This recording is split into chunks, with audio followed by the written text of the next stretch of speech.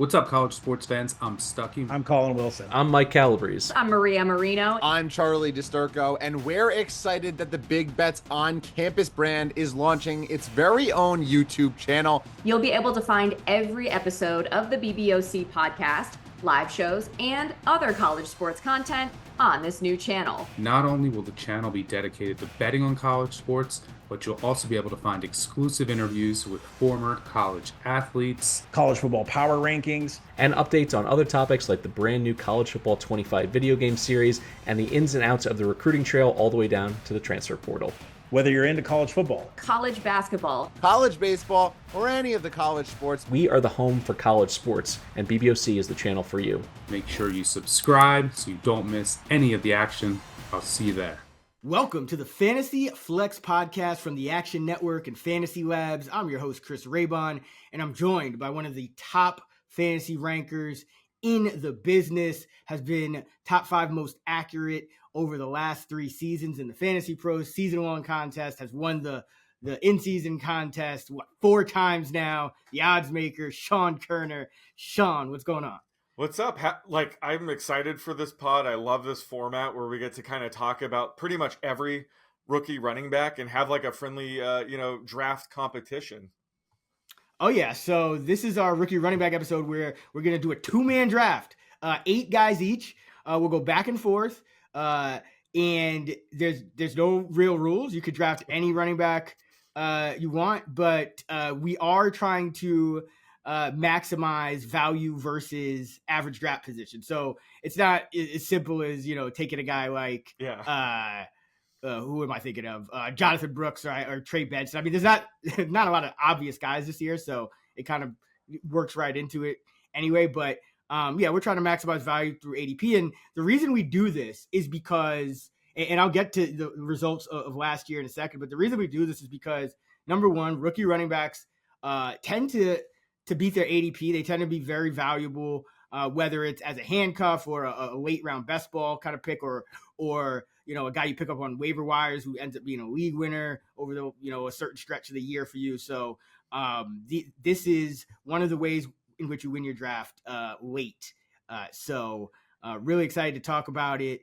And just to recap last year's draft, I had the first pick. I actually did go Bijan Robinson. That worked out well. But Sean, you had a really good first pick. You ended up going Devon Achane with your first pick. Any thoughts on just how that turned out and how your overall draft turned out? Yeah, no, I thought he had a ton of upside in that scheme, and backing up Raheem Mostert. He was RB 43. Where did he even end up? Because I know he missed a handful of games, but I think he could have really crushed that. But I think all the missed games might have evened it out a bit. But he was 24th. Oh, okay, 24th. Yeah. So he was obviously a hit. I like Chase Brown. Entering the year, he was my second pick. I loved Zach Charbonnet, obviously. I think the only other one that hit, I kind of fell apart. But a guy like Deneric Prince, maybe I was a year or two early on him. It does look like he's kind of trending to be potentially Isaiah Pacheco's backup this year. But yeah, I think that the Achane pick and Chase Brown specifically were the ones I liked the most, and those ended up being pretty good. Did you calculate who won that, or how did you do that? Yeah, I did. So I'm trying to pull it up. I don't have the spreadsheet in front of me, but I did write it down in the outline. So I ended up scoring 736 half PPR points between all my 8 running backs. You had 357. So I guess after Achane, it wasn't as close. In terms of ADP value, in total, the running backs I chose finished 119 spots cumulatively below their ADP, which isn't great, but that's because we're literally taking every single running back.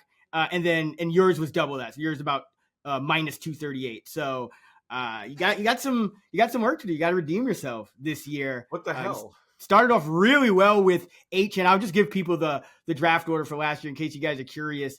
I went Bijan Robinson, who was ADP RB3. You went Achane at RB43. I went Sean Tucker, RB78. You went Chase Brown, 64. I went Tyjae Spears, that was a pretty good one.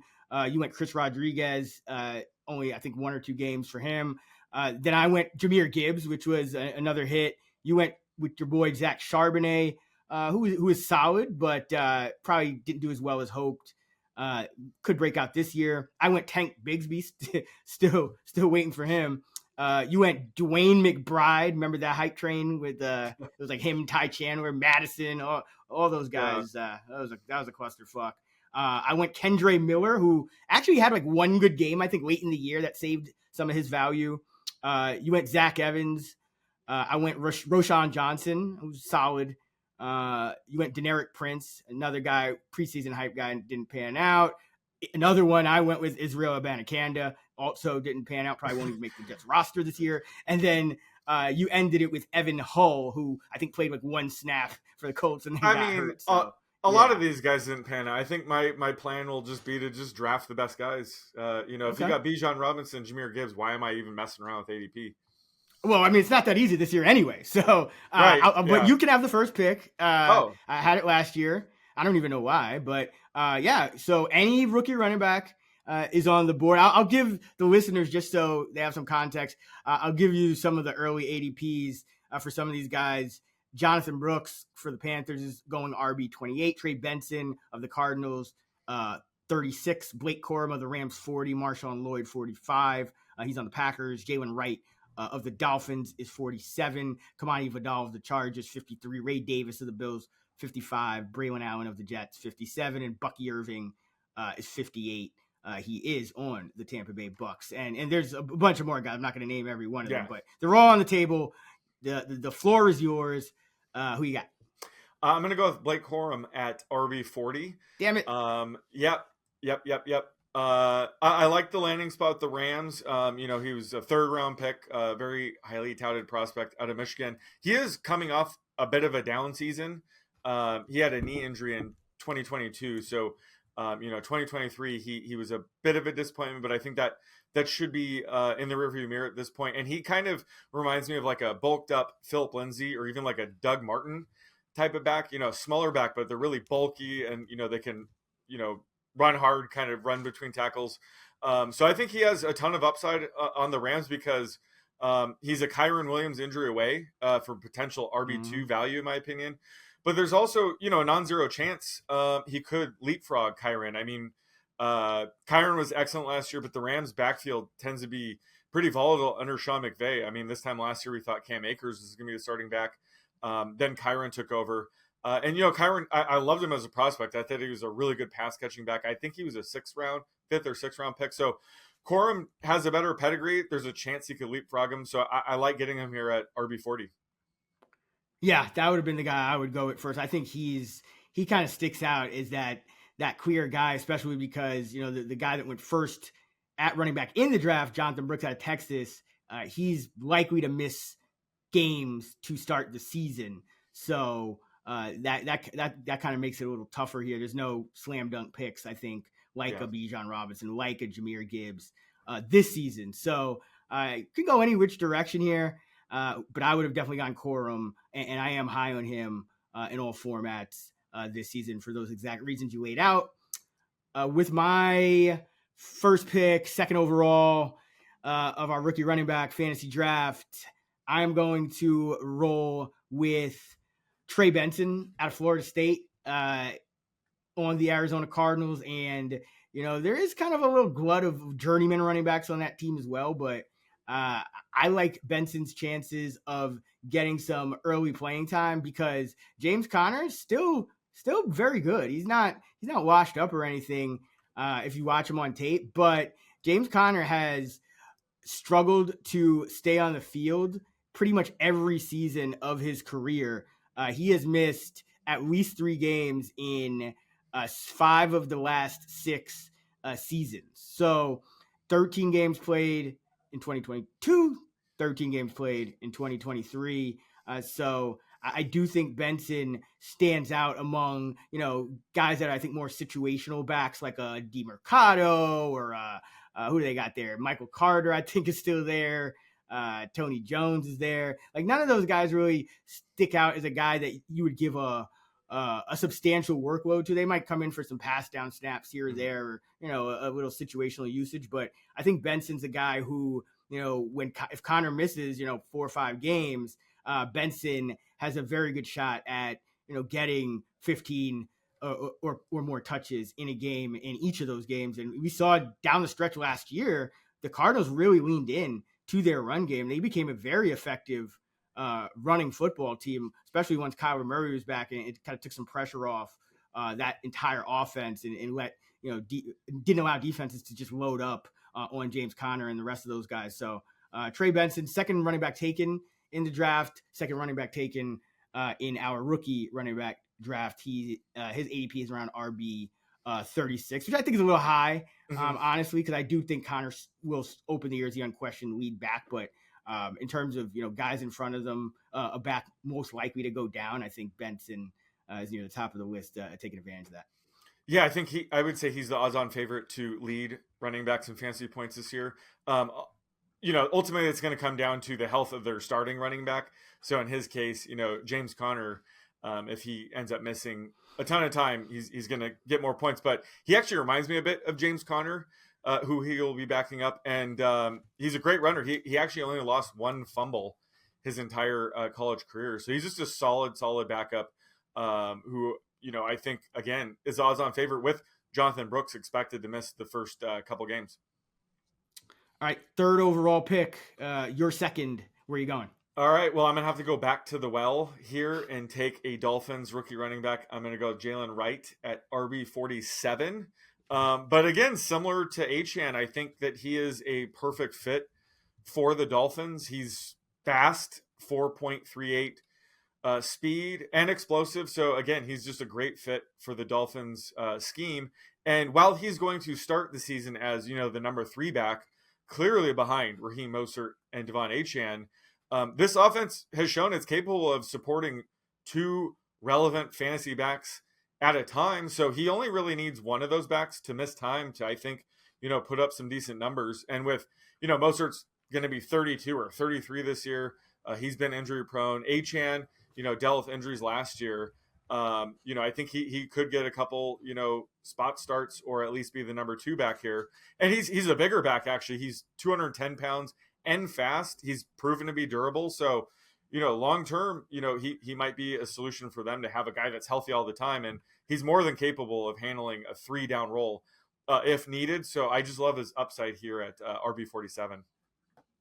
Yeah, anytime Mike McDaniel acquires a new, speedy toy for that Dolphin offense, I think you have to take note for fantasy. And this is he's kind of more of a best ball flyer, really late round pick in regular drafts that I'm sure doesn't even get drafted in every single redraft league, but definitely a guy that I agree has that Achane like upside. And you brought up a really good point of, well, he is the number 3 running back, but he's in a unique situation where he has 2 different ways to kind of benefit, because it could be a Mostert injury or an Achane injury, and he'd likely come into fantasy relevance because that offense is able to support multiple backs in its current form. So I like that one as well. All right, with my second pick, 4th overall in our rookie running back fantasy draft, I'm going to roll with Braelon Allen of the New York Jets. He's a guy I've been high on all offseason. He was a 4th rounder out of Wisconsin, and he has the inside track to the number 2 job on the Jets. They were, as I mentioned at the top, really not happy with Israel Abanikanda, a guy they drafted on day 3 last year. They just kind of, he didn't really pan out for them. And they've kind of shown they've moved on by drafting not 1, but 2 more rookie running backs on day 3 this season. You had Braelon Allen out of Wisconsin, and then you also had Isaiah Davis, 5th rounder out of South Dakota State. Both of those guys probably will have already passed up Abanikanda, but Allen, word out of Jets camp is they're already calling it the Killer Bees backfield, Braelon Allen and Breece Hall. And, it's kind of easy to forget, because the Jets just had such a tumultuous season last year, that this is a team with a very, very good defense, a team that now gets to play a softer schedule because they didn't do so hot last year. They'll have a good quarterback in Aaron Rodgers, assuming he can you fully get back from that injury. Even though he is older, he doesn't have to do much. They have an elite receiver, so a lot is in place for this team to be in positive game scripts. I have them favored in a lot of games this year. I'm looking at my projected spreads across the whole year, so I think they'll be in a lot of positive game script. And Braelon Allen, one Breece Hall injury away from really kicking it into high gear for a team that's kind of tailor-made for a running back to have success. And remember, Aaron Rodgers, no stranger to handing it off to multiple guys. He had that Aaron Jones, Jamal Williams thing going on in Green Bay. Then he had the Aaron Jones, A.J. Dillon thing that didn't go as well. But, that's the kind of usage I think we could potentially expect for Allen if he plays well, because I don't know if you're going to give Breece Hall 37 carries every game like you did in week 18 last year. Yeah. So I think Allen, they want him to play that Dalvin Cook, the role they had ticketed for Dalvin Cook. Remember when Dalvin Cook was supposed to be a thing and be more involved, and they tried it, but it just didn't work? I think you could see that with Allen, and he could have standalone flex value even if Breece Hall is healthy. So really like me some Allen. I think he could play on all three downs as well, and has some talent there. So I'll take him with my second pick, fourth overall. All right, pick number 5. Who you got? I'm going to go with my guy, Bucky Irving here of the Bucks. He's arguably the best pass catching back in this class. And he's a smaller back. So I don't know if he could ever handle like a full workload, but I do like this landing spot because the depth behind Rachaad White was an issue last season. Rachaad White hasn't really been efficient in his first 2 seasons, and certainly we can blame a lot of that on the Bucks offensive line. I think the coaching staff realizes that. That's why he's been a workhorse back, but he really hasn't had any competition behind him. So I think, if Irving having the inside track to be White's backup, which he's having a great camp, all signs point to him being, White's backup. He could put some pressure on White if he continues to struggle. And, Irving is efficient as a rookie, where he could force some sort of, running back committee with a healthy White. So I like his upside without even needing an injury. And again, like if White were to miss time, I think he'd be like an RB3 flex value type. I don't know if he could really handle 20 plus touches, but he just has a nice floor ceiling combo for a back that's going just inside the top 60, where I don't think he really needs an injury to carve out a role as a rookie. I think he could do that as a pass catching back. And again, he's having a really, really good camp, and I'm not surprised. I think he's one of the most underrated backs. He went in the 4th round, but I love this landing spot. So I'm going to take him here at RB58. Yeah, he's rising in my ranks as well. It sounds like Chase Edmonds is dealing with some kind of injury. He hasn't really been able to get on the practice field. So a lot of valuable second team reps for Bucky Irving. And I think he can handle the workload. He did have a couple games at Oregon where he had 20 plus carries.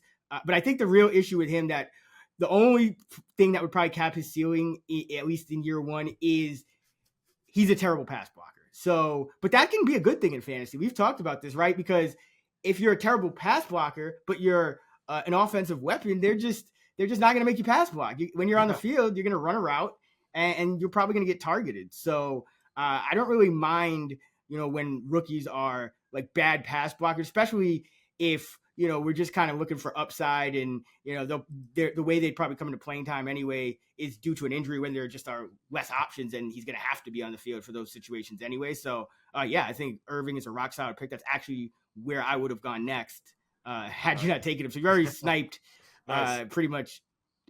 You got Corum, I wanted him, and you got Irving, I wanted him. So you're already on the way. There we go. Already on the way to redeeming yourself from last year. For my third pick, 6th overall in our rookie running back fantasy 2-man 16-round draft, I am going to roll with MarShawn Lloyd of the Green Bay Packers. This is one where I'm just trying to catch lightning in a bottle here, but I really like the talent of this guy, MarShawn Lloyd. I think that I don't think they would have drafted him and spent a fairly, it made a substantial investment, third rounder. That's a pretty valuable pick here. I don't think they would have done it if they didn't think that he could contribute in some fashion this year. Remember, they just paid Jordan Love the most expensive quarterback contract, so they're firmly in win now mode. So I don't know if this is necessarily. At first, I thought it was going to be kind of like an AJ Dillon redshirt year, but then I came to my senses and realized that AJ Dillon's just never been that good, and maybe if he was, he would have had a redshirt. So I think MarShawn Lloyd could absolutely beat out AJ Dillon for the number 2 role by the time we're recording the Week 1 Fantasy Flex podcast even. So I think this is a guy to watch, could have a big preseason, has been taking some first team reps with Josh Jacobs out of the lineup after himself missing some camp early on, has looked really good. I think he over 7 yards a carry. Yes, over 7 yards a carry in his junior year at USC. I just think this guy has a ton of talent. I think he's on a great offense. They've shown that they kind of are willing to work in a lot of guys. Last year they used both rookie tight ends very heavily. Jaden Reed was used in a lot of different ways as a rookie. This is a very young team. So I think MarShawn Lloyd is just another one of these dangerous weapons that you're going to have to deal with. I mean, playing the NFC North this year is not going to be fun. I mean, the Vikings might be the worst team, and then you got to worry about Justin Jefferson, but the Packers are loaded on offense. We know about the Lions and the Bears. So, I think MarShawn Lloyd has a really good chance to have to carve out a role regardless of what happens with Jacobs. But the talent, I think, could definitely win out here. Great best ball pick, too. So I'm going with Lloyd with my 3rd pick, 6th overall. Nice. Yeah, I thought he was one of the more underrated backs heading in to the draft. I'm always a bit partial when it comes to USC Trojan players, though. But he was a 5-star recruit out of high school, but he tore his ACL heading into his freshman year at South Carolina. So he didn't play much until, like you mentioned, his junior year at USC. Looked fantastic. He kind of gives me like Ray Rice vibes. Very, very good player. And he's getting Aaron Jones comparisons in camp, which is good to hear when it comes to the Packers. So, right now he's battling A.J. Dillon, but I think talent will prevail at some point, and I think he should be, Josh Jacobs' backup this year. All right, we're up to pick number 7, your 4th overall. We're going 16 rounds, 8 picks each. Who you got next in our rookie running back fantasy draft for 2024? All right, I'm going to go with Ray Davis at RB55. The Bills took him in the 4th round. He's out of Kentucky. I really like this landing spot for Davis. The Bills, maybe they're trying to redo their Zach Moss draft pick from a few years ago. He kind of struggled for the Bills, and then he ends up on the Colts, and he's really good, and he got a new deal with the Bengals. So I think they do want like a bigger back like Davis to maybe take some of the load away from James Cook, who they probably don't want to have a full workload again this year. And, last year they were giving Ty Johnson quite a bit of work, but I think Davis is more talented and should be able to beat him out in camp and preseason. So that's something to monitor, but I think he could fill in, short yardage situations, hopefully around the goal line, but he's more than capable of handling, a 3-down workload if Cook were to miss time. So I think he has, again, a couple different paths to kind of hit value this year. So like the value of him here at RB55. Yeah, you really came ready in this one because you're just sniping all the guys. Oh, did you want him next? Oh, okay. Yeah. We're definitely on the same page with that one. But I like Ray Davis. Probably even more than you. I know you have some concerns about him. Being like a full 3-down back. I think you have some concerns about passing down upside. Right? Yeah. I think he's more of an early down back, but I think he's more than capable of a 3-down role. He's a bigger back. Again, when it came to Bucky Irving, I just don't know if his size can really handle a full workload in the NFL. You had mentioned, he had some games with like 20, 25 plus touches at Oregon. I mean, that offensive line was ridiculously good. He wasn't really taking many hits playing behind that offensive line. So I think at the NFL level, it'll be tougher for him. Whereas Ray Davis, he is smaller, he's only 5'8", but he is 210 and plays, a bit bigger. But, last year he had 33 receptions. He is, a good pass catching back. Again, to your note, like he does struggle with pass blocking. I think most rookies are going to have an adjustment there. But if James Cook were to go down, I think he can inherit, most of his workload. Wouldn't be, quite as good as James Cook, but I think he could be, a full 3-down back if they needed him to be. Yeah, it's just forget about Ty Johnson and not even have him complicating this situation. Exactly. I mean, that kind of came out of nowhere. I mean, Ty Johnson, he's been around the league. I think he was on the Jets, but did not expect him to kind of factor into that rotation. Yeah. As much as he did once Joe Brady took over. So that is something to watch. I'm sure he'll get work this year as well, because the depth chart behind Cook is not very substantial. So maybe they add a veteran or something. But yeah, I think they expect Davis to contribute this year, which is, when you're looking at these rookie running backs, I mean, yes, you kind of got to look at the talent as well, but a lot of times it's going to come down to who gets hurt and who's in who the coaches trust and who's in position. And the fact that they took him, 4th round pick, and there's just not much on that depth chart. I think he's going to get playing time one way or another. All right, for the 8th pick overall, my 4th of our 2024 rookie running back fantasy draft here on the Fantasy Flex, I am going to go with maybe a little bit of a surprising pick here. Tyrone Tracy of the New York Giants, Tyrone Tracy Jr., that is, out of Purdue. And I think the reason I like him, 2 reasons. Number one is the Giants just don't have much on that depth chart behind Devin Singletary. Once they made that decision to part ways with Saquon Barkley, they knew they were going to have to kind of scrounge together a running back room.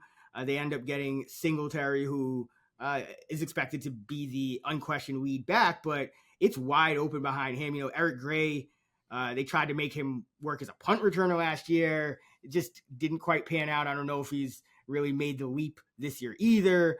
And then you just had I think Jaysean Corbin just got IR'd, and Gante Miller, he's a undrafted guy who's making a push for a roster spot. But Tracy's a guy who, if you watch that Hard Knocks episode, Joe Shane was really excited, and the rest of the scouts were really excited to get this guy, former receiver. And I think the guy that comes to mind is Antonio Gibson, right? Anytime you're talking about a converted receiver who, still 210 pounds, so he's not like he's too small or anything like that. But I think he can give you kind of that Antonio Gibson type of, in a best case scenario, that Antonio Gibson rookie season where, especially if Singletary gets hurt, I mean, you could be looking at Tracy as a lead back, like that first game that Singletary misses even, because there's really just nothing there for the Giants at running back after him. And I think they finally just figured out that Evan Neal is just not going to work. So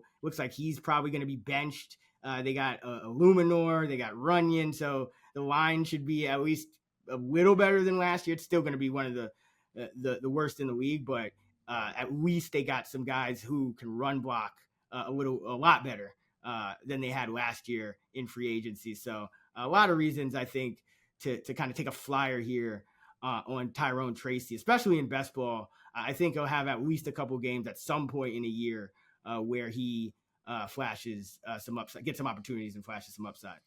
Yeah, no, I was going to go with him next, so you sniped me on this, but I think I agree. He has a sort of a similar path with Antonio Gibson, where he was a wide receiver, he converted to running back, but unlike Gibson, he actually had his senior year at Purdue as a running back, so I think he has more experience in that regard. But I think out of all the rookie running backs, out of the rookie running backs we've talked about up to now, is he probably has the best odds of potentially leapfrogging the starting running back without needing an injury.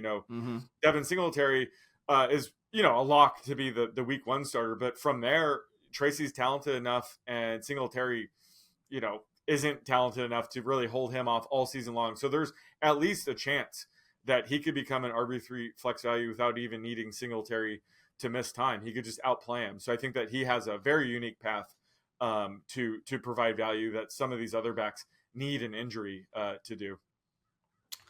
All right, we're halfway through our rookie running back fantasy draft for 2024 here on the Fantasy Flex.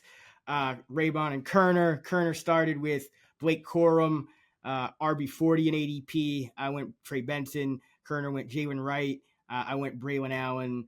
Kerner went Bucky Irving. I go MarShawn Lloyd with 6th overall. Kerner went Ray Davis, number 7.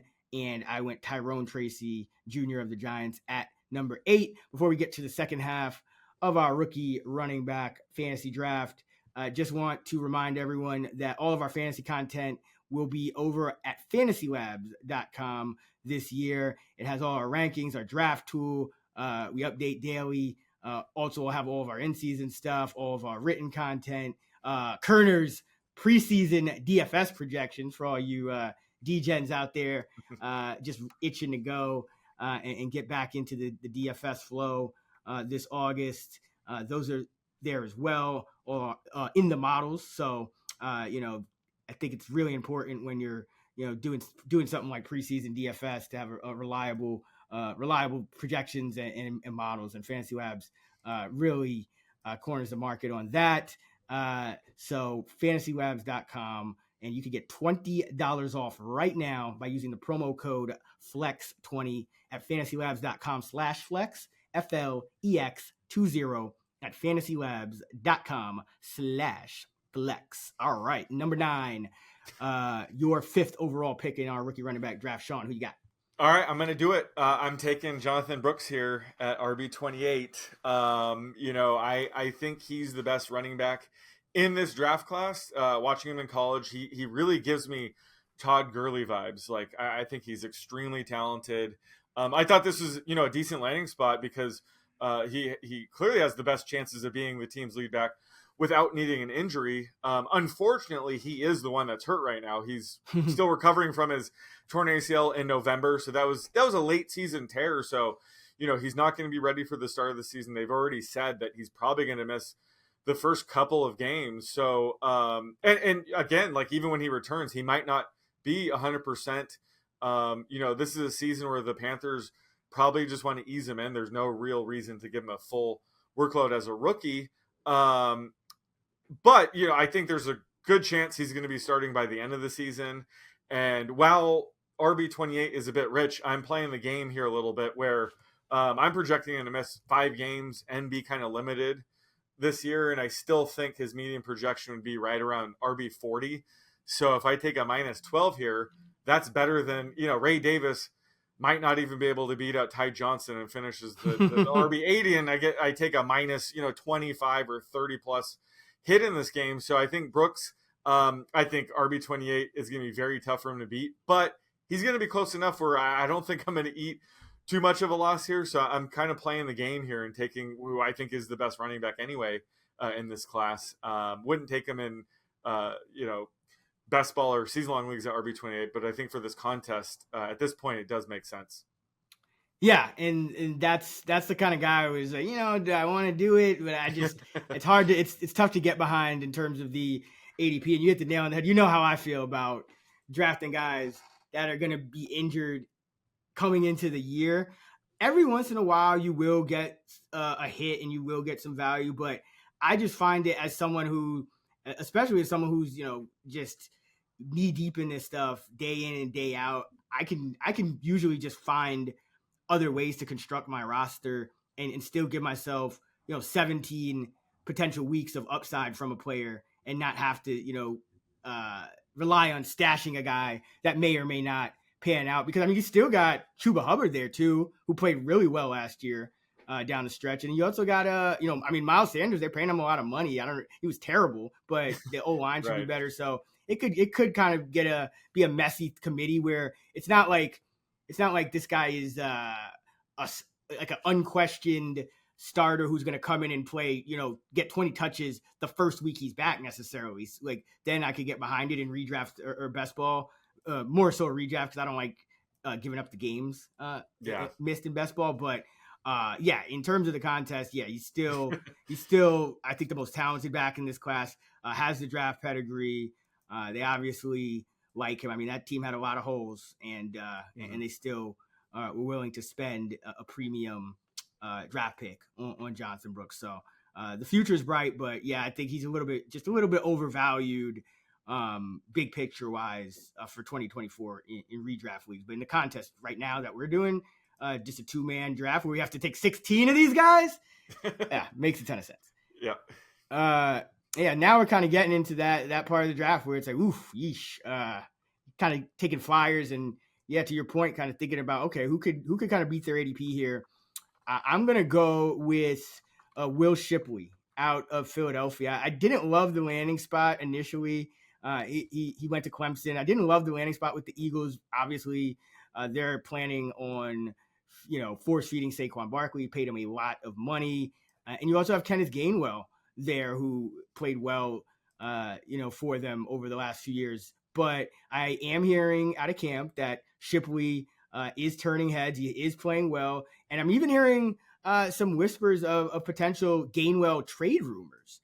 So that could be an unexpected boon to Shipley's value as well. But, Shipley's a guy who, if they ever decide not to tush push, I think he could even give them some value in the red zone. I think he's a good pass catcher.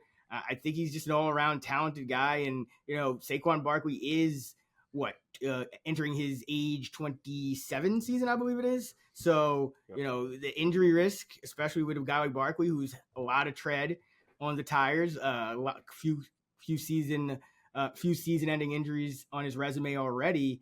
Shipley could find himself playing because Gainwell, as good as he's been, it is kind of more of a pass down back. And he's a guy that, we've seen it with Gainwell where they've given a rookie back, a young back, carries in the red zone, even as a rookie. So I think Shipley could be a little bit more involved than people think, but I'm really kind of banking on, if Saquon misses some games, it's possible that Shipley even jumps Gainwell and is like the primary early down / goal line back with Gainwell is more of the change of pace, passing down back. So I think there's a few ways for Shipley to hit value, but it's all going to come down to Saquon for the most part.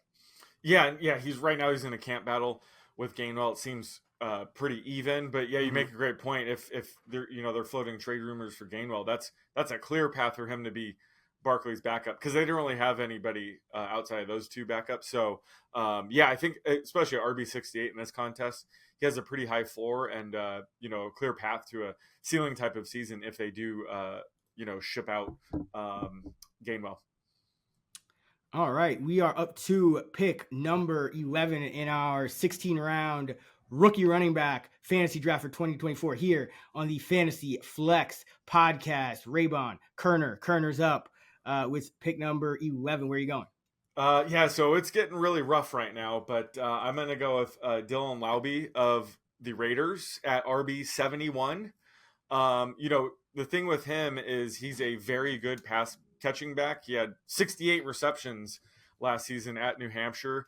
He sort of reminds me of like a dollar store Danny Woodhead is what I would say. And he's already impressing in camp to where, he could open up as the third down back over Amir Abdullah. And I think with Zamir White and Alexander Madison, both of those backs profile more as, early down backs. So I think Laube could have, a role all season, even with both backs ahead of him healthy. So I think that he might have a higher floor than some of these other backs.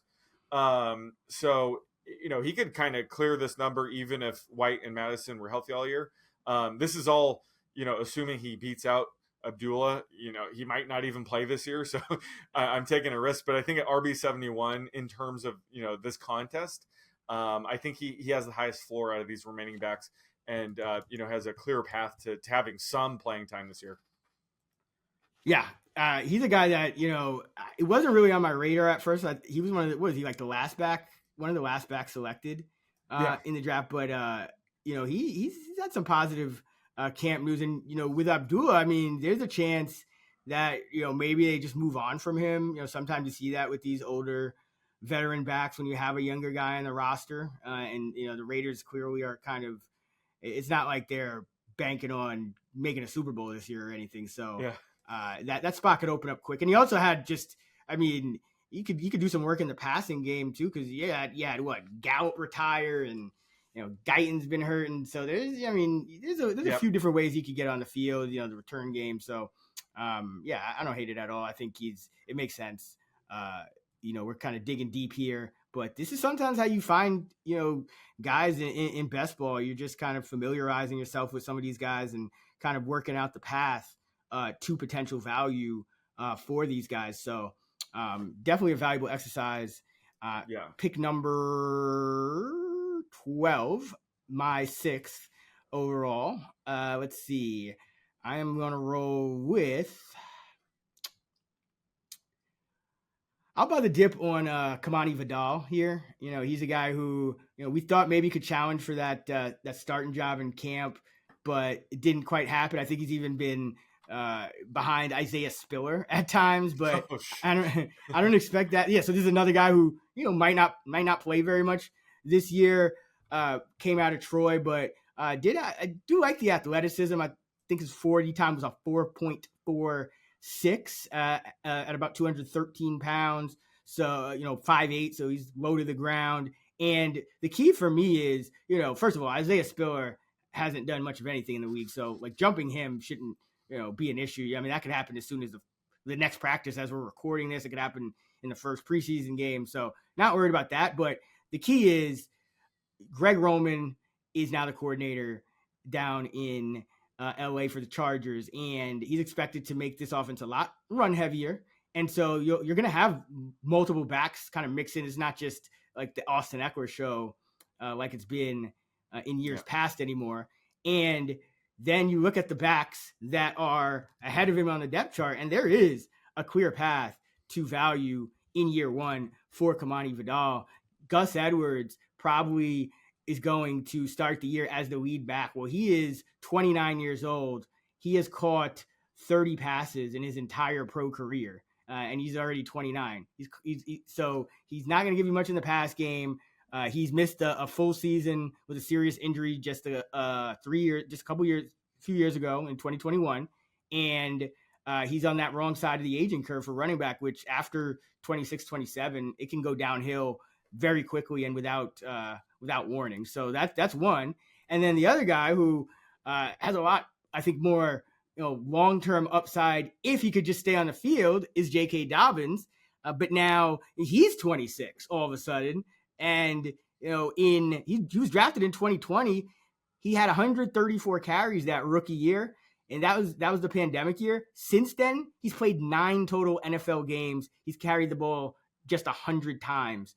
Over the last 3 seasons. He's missed the entire 2021 season. He missed 9 of 17 games in 2022 and 16 of 17 last season. Got injured in week 1 upon returning. So it's just really been a rough go for Dobbins to stay healthy. And the reason I like that when you're kind of drafting a guy behind him is because at this point, I think even the coaching staff may kind of feed into that and worry a little bit about Dobbins and not try to overextend him. So, while Davis is, 3rd, maybe even 4th on the depth chart now, he could quickly ascend, and this is going to be a more run-heavy offense than we've been used to in LA. So I'll take a shot at Vidal, who is kind of a popular sleeper pick, after the draft, but his value has kind of cooled considerably. So buying the dip here.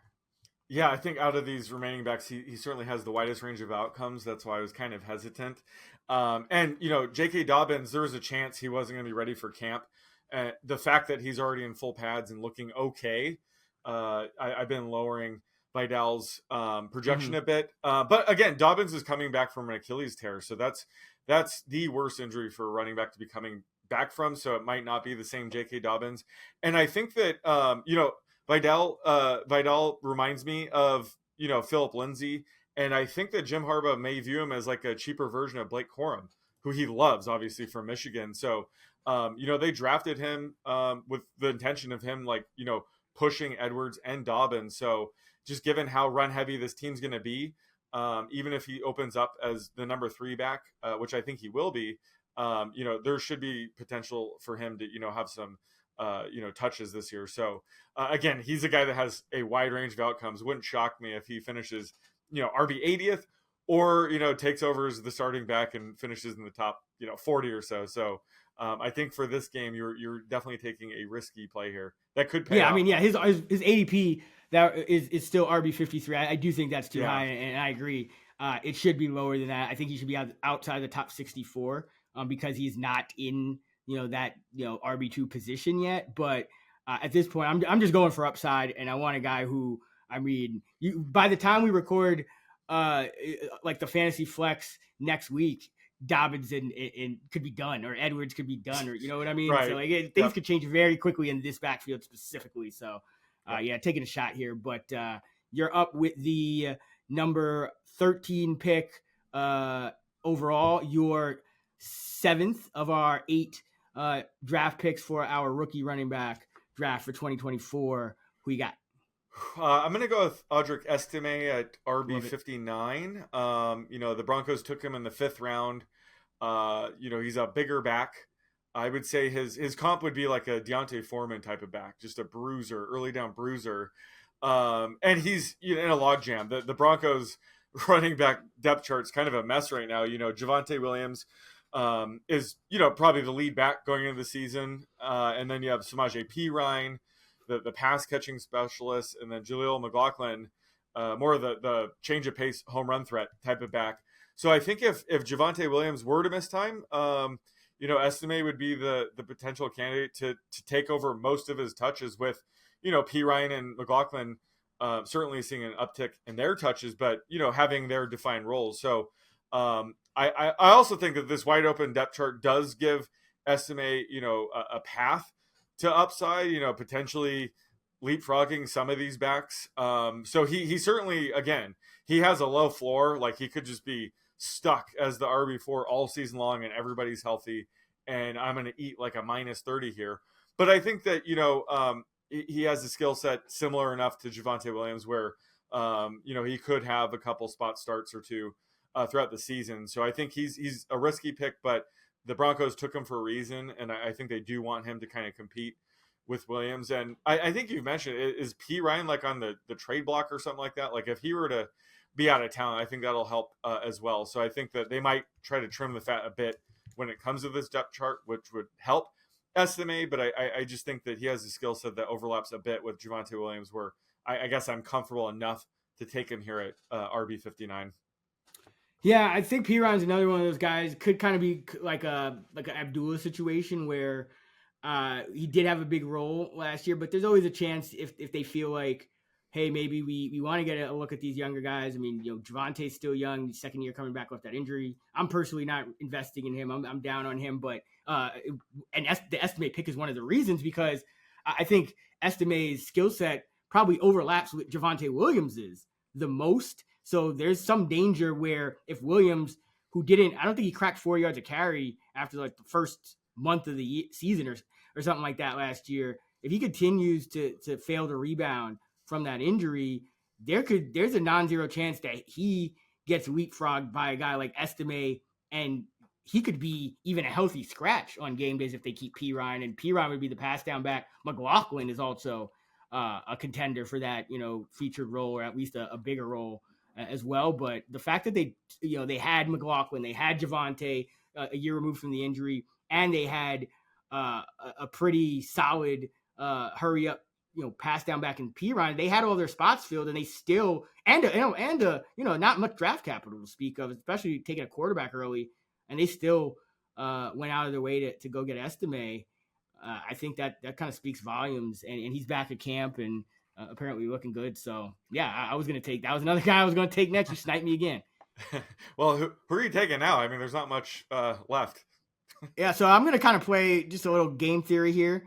I already got Braelon Allen, really like him, but if he's a bust, probably means Isaiah Davis has at least some value, because number one, Breece Hall did end up playing all 17 games last year. Most running backs are going to, on average, miss about 2 to 4 games a year just because of the nature of the position, especially when you're getting 38 carries in a meaningless Week 18 game, 37 carries, excuse me.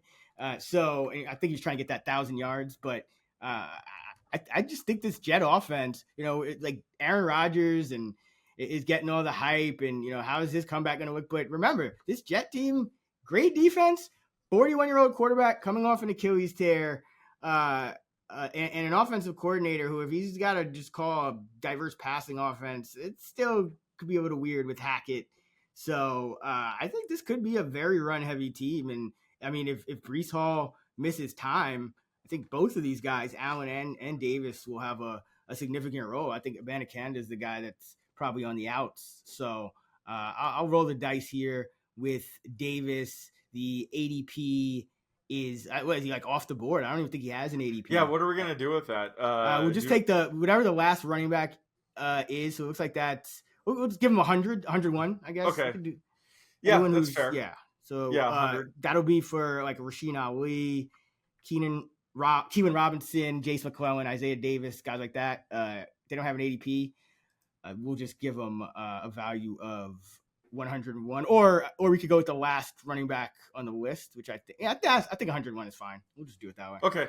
And it looks like 144 running backs had a score or had points last year. So let's say he doesn't play at all. That would be a minus 44. Is that what we're yeah. Okay. That's how I did it. I don't think it really applied to anyone. Maybe like one or two guys that we drafted last year. I think I think Prince didn't actually get any action. Oh, right. I think Prince, and it was maybe McBride as well. But yeah, so it did apply a couple times last year. But yeah, that's how we'll score it. But hopefully we don't got to worry about that. But I do think Davis is at worst going to be the number 3 running back on a team that should be in running back run favorable game scripts. I'll call it. All right, one more pick left for each of us. Okay. We're doing 16 rounds, 8 picks each, rookie running back, fantasy draft, 2-man, Kerner, Raybon, 2 of your most accurate top 5 season-long fantasy rankers in the Fantasy Pros contest over the past 3 years.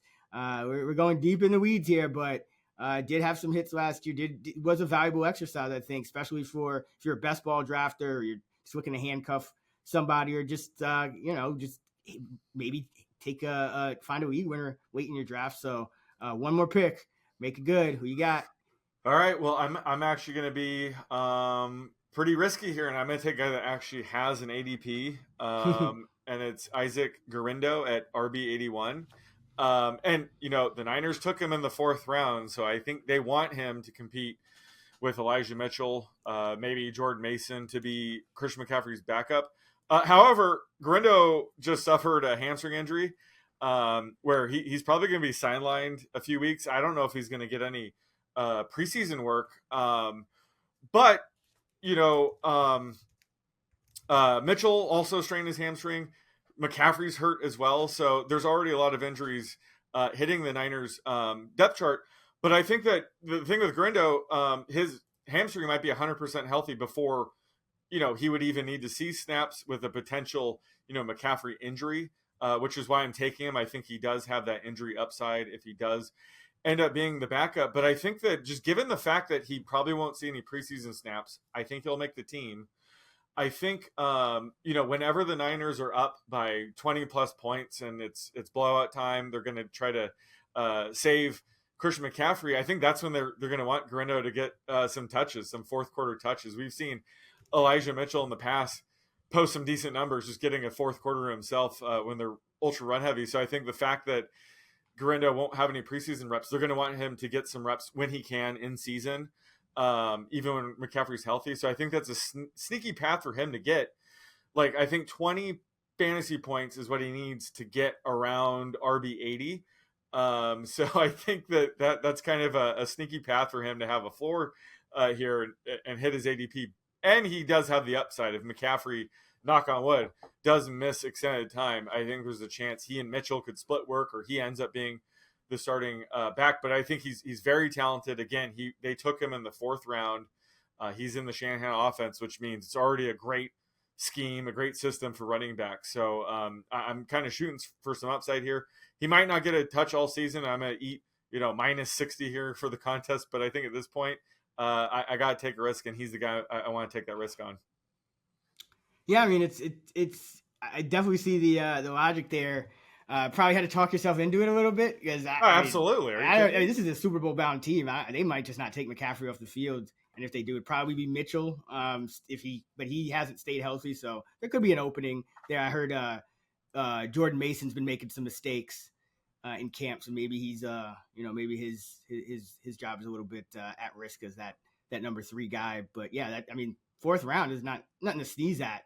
And we've seen the Niners hit on Mr. Irrelevant already. So absolutely not the worst possible way to cap our 16 round rookie fantasy draft for 2024 rookie running backs with the last pick.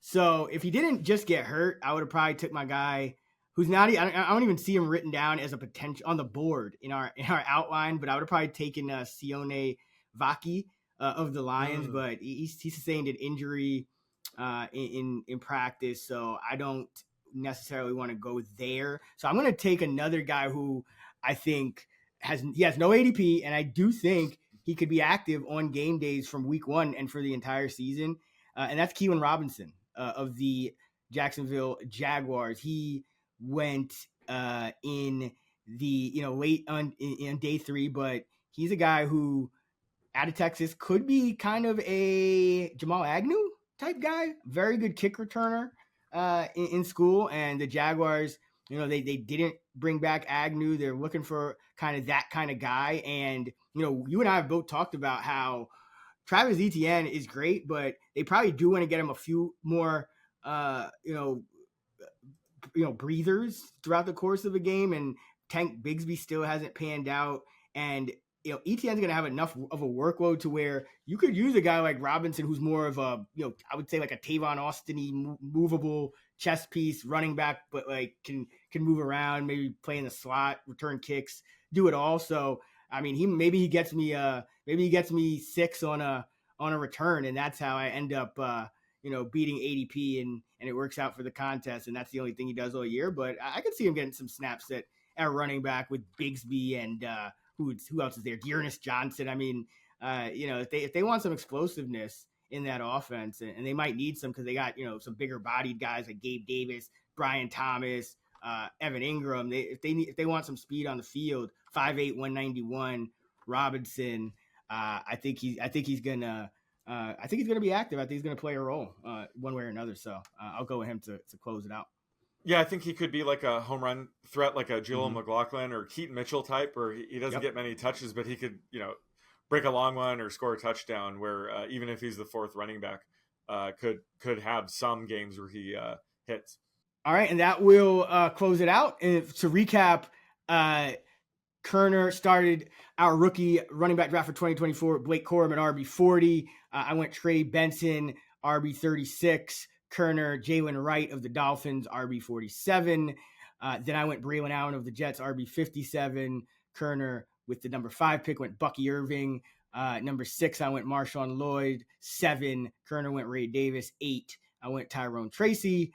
9, Kerner went Jonathon Brooks. 10, I went Will Shipley. 11, Kerner went Dylan Laube. 12, I went Kimani Vidal. 13, Kerner went Audric Estime. Then I went with Isaiah Davis with 14th overall. Kerner closed it out with Isaac Guerendo of the Niners. And then I ended the draft with Mr. Irrelevant of our draft. That is Keilan Robinson of the Jacksonville Jaguars. This has been the Fantasy Flex. Be sure to subscribe if you don't want to miss any episodes. We have our positional breakdowns of all the, I would say, more important guys that everyone will be drafting. Regardless of your league type, out now. We have episodes on quarterbacks. We have 3 wide receiver episodes, a couple running back episodes, tight end as well.